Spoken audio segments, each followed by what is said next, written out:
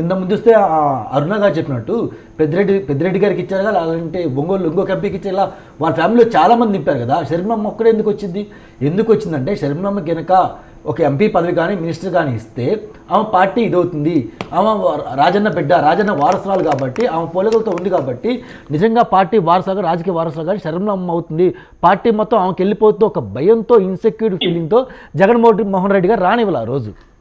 అది main reason. అంతేగాని ఆయనకు వారసత్వం ఎంకరేజ్ చేయాలి లేదు, వారసత్వం డెఫినెట్గా జగన్మోహన్ రెడ్డి గారు ఎంకరేజ్ చేశారు.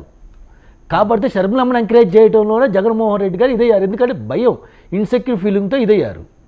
ఓకే, ఒకసారి తిరుమలరావు గారు వెళ్దాం. తిరుమలరావు గారు, వీటన్నిటితో పాటు రెండు ఇంపార్టెంట్ అంశాలని అంటే సరే ఐ థింక్ మీ ఇంటికి చాలా దగ్గర నుంచే ఆ మల్లికార్జున్ అనే వ్యక్తి ఫోన్ చేశాడు. మీరు కృష్ణలంకలోనే ఉంటారు, అతను కూడా అక్కడి నుంచే ఫోన్ చేశాడు. So he was cot by police. ఇటువంటి థ్రెటనింగ్ కాల్స్ డిప్యూటీ సీఎం గారికి రావటం